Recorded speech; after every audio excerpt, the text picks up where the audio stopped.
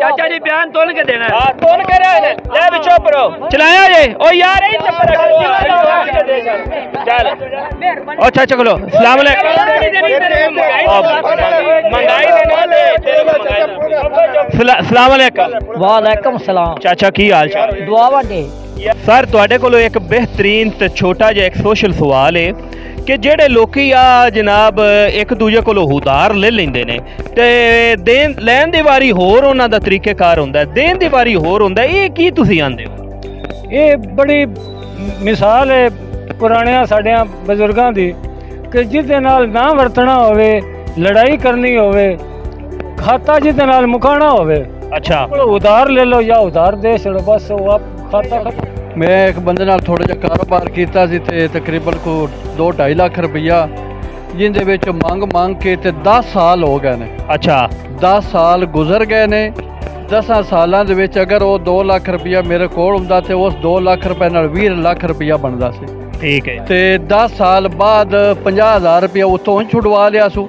अच्छा जी हाँ भाई मैं देना ही कोई नहीं मैं माड़ा बंदा मैं मंग के तकरीबन मेरा मोबाइल देख लो कम से कम 6,000 कॉल निकलेगी ओहदे नाल। ओए 6,000 कॉल जनाब। हाँ जी ते जेड़े तकरीबन 8,000 तो ज्यादा उस मेरे नाल वादे कीते ने ते टाइम बनया सुबह 10 बजे दा सुबह 10 बजे देंगा जे सुबह आया तो मोबाइल बंद है तो फिर शामी 4 बजे देंगा। ये गल करदियां यानी 4 साल 3 साल मैं मंगने ही छड़। चलो ये तो गल हो गई ना तुसी मैंने दसो बे वो की उन्हां दे क्यों देंदे क्यों नहीं वापस की मसला है? मुसलमान हाँ असी पाकिस्तान है तेरे भी मेरे ते मेरे भी तेरे मतलब ये वादा कीता है 10 दिनों का वादा कीता है तो उन्होंने पैसे नहीं वापस तुहाडे नाल ही कदी हरकत हुई नहीं वादा करके मुकरे जेड़ा सज्जन नहीं वो वैरी है।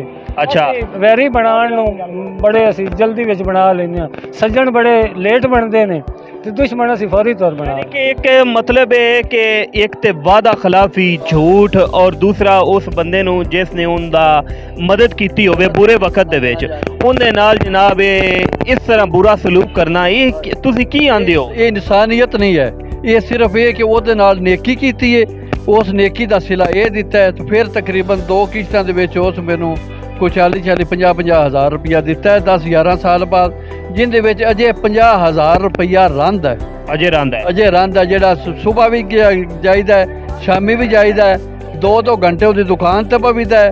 हुण वो दुकान ते आउंदा ही कोई नहीं 40-40 बंदे उसकी दुकान ते बैठे ने पैसे लैण वाले तुसी भी शामिल हो? असीं भी शामिल यानी कि मैनू वो ना पूछा जी भाई जी तुहाडे पैसे नाल कदों दिन किवें दिन मैं आख्या यार ये सलाम दुआ साडी ते इस वजह आस्ते लिहाजी मैं आख्या मेरे 10 साल हो गए जे नहीं जे निकलते पे तुहाडा मैनू नहीं पता तुहाडे कदों निकलने तो की है।